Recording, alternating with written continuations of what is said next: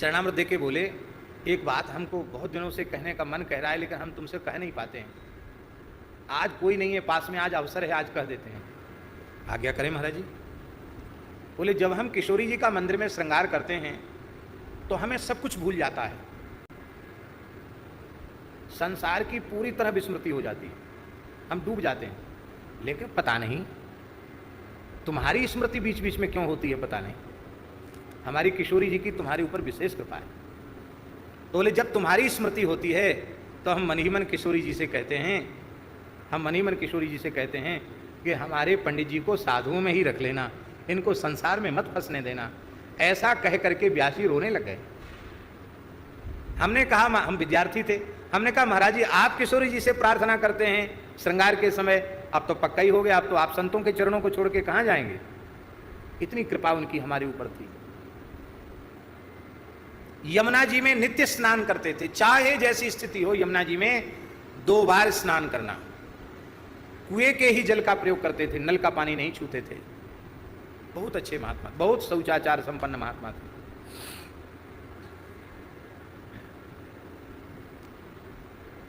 चैत्र शुक्ल चतुर्थी को उनका शरीर पूरा हुआ।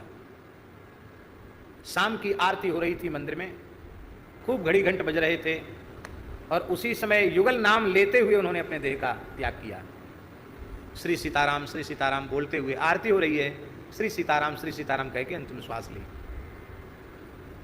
और उनकी इच्छा थी कि हमारे शरीर को जलाया न जाए, हमारे शरीर को यमुना जी में जल समाधि की जाए। पर यमुना जी में जल कम, चैत का महीना, बहुत कम जल था। अब रात्रि को शरीर पूरा हुआ, प्रतिष्ठित महात्मा को रात्रि के कैसे संस्कार करें, सवेरे संस्कार करेंगे। तो सबने निश्चय किया कि ठीक है, वो तो उनकी भावना थी, लेकिन अब जल कम है तो अग्नि संस्कार ही करेंगे।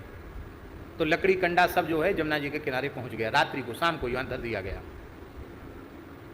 सवेरे जल्दी संस्कार कर देंगे। रात को यमुना जी इतने बेग से आ गई कि लकड़ी कंडा तो सब बहा ही ले गई यमुना जी। पीपों का पुल बह गया महाराज जी, पीपा जो पीपों का पुल है ना, वो बह गया। व्यास जी के शरीर को यमुना जी के जल में, और ऐसा निर्मल जल यमुना जी का, बरसात का पानी कहां से जल प्रकट हो गया, एकदम निर्मल, कंचन जैसा निर्मल जल।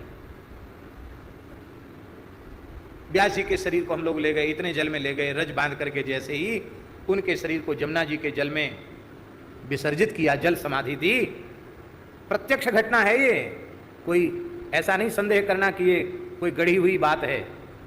उनका शरीर जैसे ही भीतर गया है, पता नहीं कहां से कम 1 क्विंटल देशी गुलाब, हरी हरी तुलसी और सुगंधित बेला के फूल, ऐसे सुगंधित ताजे फूल नीचे से निकले, और सबने उन पुष्पों को बहते हुए देखा। इस घटना को देखने वाले कई लोग हैं।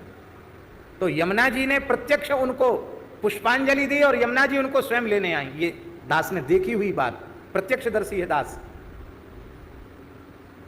हमारे मन में बड़ी पीड़ा थी। हम यद्यपि खाक चौक में महंत पद पर बैठ गए थे, लेकिन हमको बड़ी पीड़ा थी कि एक महात्मा इतने प्रेम करने वाले हमसे थे, वो चले गए। अब की बार रामनवमी पर हम पंचामृत लेने नहीं जाएंगे, ठाकुर जी का दर्शन करने भी नहीं जाएंगे। तो रामनवमी पर व्यास जी ही हमको 1 कुल्हड़ पंचामृत, पंजीरी, प्रसाद सब देते थे, और माला ठाकुर जी की देते थे, चंदन तुलसी देते थे। अब इतने प्रेम से कौन देगा, इसलिए नहीं जाएंगे, नहीं गए। तेरे लिए Amazon पर मिलेगा रोज का के दिन मन में बार बार व्यास जी का चिंतन भी बना। रात्रि में स्वप्न में व्यास जी की अनुभूति हुई, स्वप्नानुभूति। क्या हुई कि एक बड़ा दिव्य लोक जैसा है, बहुत प्रकाश निकल रहा है, मणियों से जटित है, बड़ा बड़े दिव्य भवन है, बड़े बड़े पर्दे पड़े हुए हैं, और खूब विशाल काय हनुमान जी, नख शिख मणियों से जटित आभूषण हैं हनुमान जी के, और ऐसी मोटी पूंछ है गुच्छादार हनुमान जी की, और हनुमान जी वहां व्यवस्था करते हुए डोल रहे हैं। देख के हमने भी प्रणाम किया, अरे ये तो हनुमान जी हैं, लगता है भगवान का लोक है क्या, ऐसा मन में आया। तब तक श्री व्यास जी पुजारी, ये रामनवमी के दिन का स्वप्न है, अभी पधारे, चौथ को तो पधारे थे, कितने दिन हुए, चतुर्थी, पंचमी, षष्ठी, सप्तमी, अष्टमी, नवमी, 6ठे दिन का स्वप्न है। व्यास जी पुजारी सुंदर रेशमी पीतांबर धारण किए हुए हैं, श्वेत चंदन का तिलक और चंदन की केसर चंदन की खौर, सुंदर पुष्प की मालाएं पहने हैं, बड़े प्रसन्न हैं। आए तो मैंने प्रणाम किया व्यास जी को। प्रणाम किया तो बोले हम बहुत चिंता कर रहे थे कि हर साल रामनवमी के दिन हम तुमको पंचामृत मंजीरी प्रसाद देते थे और आज तो तुम आए ही नहीं, हम तुम्हारी प्रतीक्षा ही कर रहे थे। अच्छा हुआ आप आ गए, बहुत अच्छा हुआ। हमने कहा आप तो पधार गए थे, आप यहाँ कैसे? बोले हाँ, यहाँ भी हमको पुजारी बना दिया है, हम पुजारी हैं यहाँ। अच्छा, तो ये क्या है? बोले भगवान का महल है, सीताराम जी का महल है ये, हम पुजारी हैं यहाँ। तो हमने कहा कि महाराज जी तो हमको दर्शन हो जाएगा। तो कहती तो हनुमान जी की सारी व्यवस्था है, अभी तो दर्शन नहीं हो सकता। क्यों? बोले आज उत्सव था तो बधाई हुई, सरकार श्रमित हो गए हैं तो सरकार सो रहे हैं, तो राजभोग के बाद सरकार सो रहे हैं, अब सोते से तो जगाया नहीं जाएगा, जब उत्थापन होगा तब वो जगेंगे। तो हमने उनको क्या कहा व्यास जी को कि आप तो बहुत कृपा करते हैं हमारे ऊपर, हमको दर्शन की बड़ी अभिलाषा है, तो पुजारी कृपा कर देना तो वो पर्दा के कोने से भी दर्शन करा देते हैं। धीरे से यहाँ से झांक के देख लो, इस खिड़की से देख लो, भगवान दिखाई पड़ जाएंगे। पुजारी की कृपा हो जाए तो वो करा देते हैं। यद्यपि ये करना नहीं चाहिए, अनवसर का दर्शन शास्त्र वर्जित है, ये तो बाद में हमको पढ़ने को मिला। तो हमने कहा आपकी कृपा हो जाए तो हमको किनारे से दर्शन हो जाए। तो मखमली गहरे कत्थई रंग का बड़े बड़े पर्दे पड़े थे, बेल बूटे खड़े थे, उस पर्दे के पास हमको हाथ पकड़ के ले गए। धीरे से ऐसा किया उन्होंने, तो क्या देखा कि बड़ी सुंदर सेज पर श्री सीताराम जी सोए हुए हैं, साक्षात, मने विग्रह नहीं, साक्षात स्वरूप सरकार, युगल सरकार, बड़ी भावमयी रसमयी मुद्रा में युगल सरकार पौड़े हुए। बोले बोलना नहीं, सो रहे हैं।